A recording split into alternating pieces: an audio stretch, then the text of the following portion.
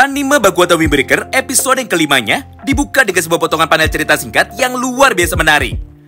Di mana pada panel tersebut, atau tepatnya ketika mereka sudah tiba di dalam gedung bangunan tua tempat pertarungan ini akan dilaksanakan, maka dengan cepat, anggota dari kedua geng itu yang saat ini akan bertarung akhirnya seketika langsung maju ke depan. Yaitu Sugusita yang mewakili geng Bofurin melawan Arima yang mewakili dari geng Sisi Toren. Walaupun pada awalnya Sugusita sempat diremehkan dan juga dipandang sebelah mata karena Sugusita dianggap anggota paling lemah yang datang untuk mewakili geng Bofurin.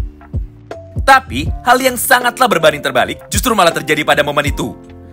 Mengingat pada kesempatan yang sama, Ume pun langsung berkata seperti ini kepada teman-temannya.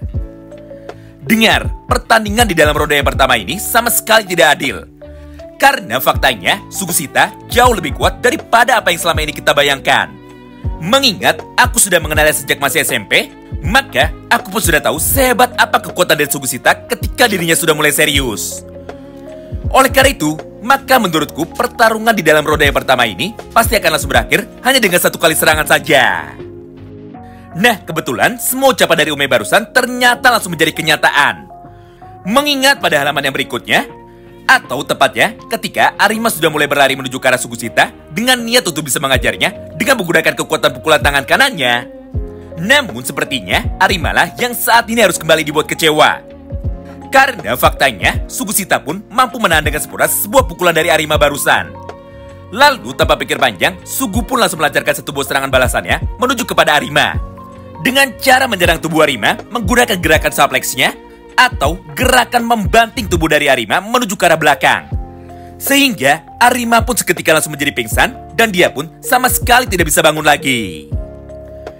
Nah, melihat semua hal itu di depan matanya, semua anggota dari geng Sisi Toren akhirnya seketika langsung menjadi terkejut. Karena pada dasarnya tidak ada satupun dari mereka yang menyangka bahwa Sugusita mampu mengalahkan Arima hanya dengan menggunakan satu kali serangannya saja. Tapi respon yang sangatlah berbeda justru malah terlihat dari sudut pandang Choji. Mengingat pada kesempatan itu, Choji pun seketika langsung berkata bahwa kekalahan dari Arima sebenarnya sudah dapat diprediksi. Mengingat Arima adalah orang yang sangat lemah dan hanya banyak omong saja. Oleh karena itu, maka Choji pun langsung meminta teman-temannya untuk segera menggotong dan juga membuang tubuh dari Arima menuju keluar arena pertarungan itu. Supaya pertempuran di dalam ronde yang keduanya bisa segera dilanjutkan lagi. Nah, menyaksikan semua hal itu di depan matanya, Sakura pun seketika langsung menjadi emosi. Karena dirinya merasa sangat kesal dengan sikap dari para anggota geng Sisi Toren. Sederhananya, menurut Haruka Sakura, mereka semua sama seperti sampah. Karena faktanya, mereka justru malah memperlakukan teman-temannya sendiri selayaknya manusia yang sama sekali tidak berguna. Hal itulah yang membuat Sakura merasa sangat emosi. Hingga dia pun langsung menantang mereka semua untuk dapat bertarung melawannya. Beruntungnya pada momen itu, Suo pun mampu menghentikan ocehan dari Sakura barusan. Mengingat pada halaman yang berikutnya, Suo pun tanpa pikir panjang justru malah meneruskan ucapan dari Sakura tersebut demi dapat memancing emosi dari para anggota Sisi Toren sambil berkata seperti ini kepada mereka semua. Kau benar Sakura, para bocah Sisi Toren ini sama sekali tidak mengerti apa-apa. Oleh karena itu, aku akan mengajari mereka sebuah pelajaran berharga yang sama sekali tidak bisa dilupakan dengan cara menghajar mereka secara langsung. Di momen inilah, semua anggota dari geng Sisi Toren akhirnya langsung menjadi sangat marah. Hingga mereka pun langsung berniat untuk dapat mengajar Suo dan juga Sakura dengan menggunakan tinju mereka secara bersama-sama. Nah, tepat di tengah ketegangan ini, Choji pun langsung berteriak dan juga menghentikan pertarungan mereka semua. Serta dia pun segera memerintahkan anak buahnya lagi supaya pertarungan di ronde yang kedua bisa dimulai saat ini juga. Di mana petarung yang akan turun pada ronde yang kedua ini adalah Suo Hayato melawan Kanuma. Nah, menariknya, di saat Hayato sudah mulai berjalan dan juga sudah mulai naik ke atas tempat pertarungan dari mereka berdua, maka di momen yang sama ini, Nirei pun langsung menjelaskan mengenai kekuatan dari Suo dengan berkata seperti ini kepada kita semua. Suo Hayato adalah orang yang sangat misterius. Karena sejauh ini tidak ada satupun orang yang tahu mengenai seperti apakah kekuatan asli dari dirinya. Mengingat dia pun selalu berhasil mengalahkan para lawannya dalam waktu yang sangat singkat sekali. Selain itu, sejak Hayato masih SMP, dia pun juga sangat terkenal dan juga sangat disegani. Mengingat meskipun Suo adalah anak yang sangat kuat, namun hati dari Suo ternyata sangatlah baik. Serta dia pun juga sangat ramah kepada semua orang yang ada di sekitarnya. Scene pun kini kembali berpindah. Setelah Suwo dan juga Kanuma sudah naik menuju ke atas ring, maka tanpa pikir panjang, Kanuma yang sangat emosi akhirnya langsung berlari menuju ke arah Suwo sambil melayangkan pukulan meteornya dengan menggunakan tangan kanan. Menyaksikan semua hal itu di depan matanya, Suwo pun seketika langsung menghindar dengan menggunakan gerakan bela diri Aikido-nya. Di mana tepat ketika Kanuma sudah mulai mendekat, maka Hayato pun langsung menggunakan telapak tangannya untuk bisa mengarahkan pukulan dan juga serangan dari Kanuma menuju ke arah yang berlawanan. Sehingga serangan pertama dari Kanuma itu pun langsung gagal dan Suwo pun langsung berkata seperti ini kepadanya. Bocah kecil sepertimu memang sangatlah mudah sekali menjadi emosi hanya gara-gara persoalan kecil. Oleh karena itu, aku akan berubahmu menjadi dewasa dan aku pun akan mengalahkanmu dengan menggunakan kekuatanku. Singkat cerita, setelah mengucapkan semua kalimat di atas, Kanuma pun akhirnya mulai menyerang Hayato lagi dengan menggunakan pukulan tinju tangan kanannya. Tapi, untuk yang kedua kalinya, Hayato berhasil menahan pukulan dari Kanuma tersebut dengan menggunakan telapak tangannya lagi. Lalu, dia pun segera menangkap tubuh dari Kanuma, serta langsung membantingnya ke tanah dengan menggunakan kekuatan Kanuma yang dibalikkan kepada dirinya sendiri. Di momen inilah, Kanuma pun awalnya sempat mencoba untuk bisa bangkit lagi, dengan cara memegang kaki dari Suwo Hayato, lalu mencoba membantingnya ke tanah dengan menggunakan kekuatan fisiknya.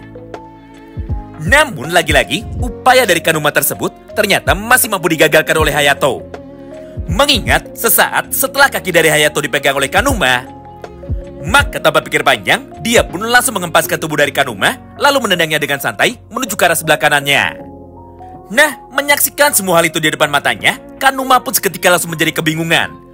Mengingat dirinya sama sekali tidak mengerti kenapa semua serangannya tidak ada satupun yang mampu mengenai tubuh dari Hayato. Padahal Hayato saat ini masih belum serius dan dia pun hanya terlihat bermain-main saja. Bahkan ketika Kanuma mencoba menyerangnya untuk yang keempat kalinya, Hayato pun kembali berhasil membanting tubuh dari Kanuma lagi menuju ke arah lantai dengan gerakan yang seperti ini.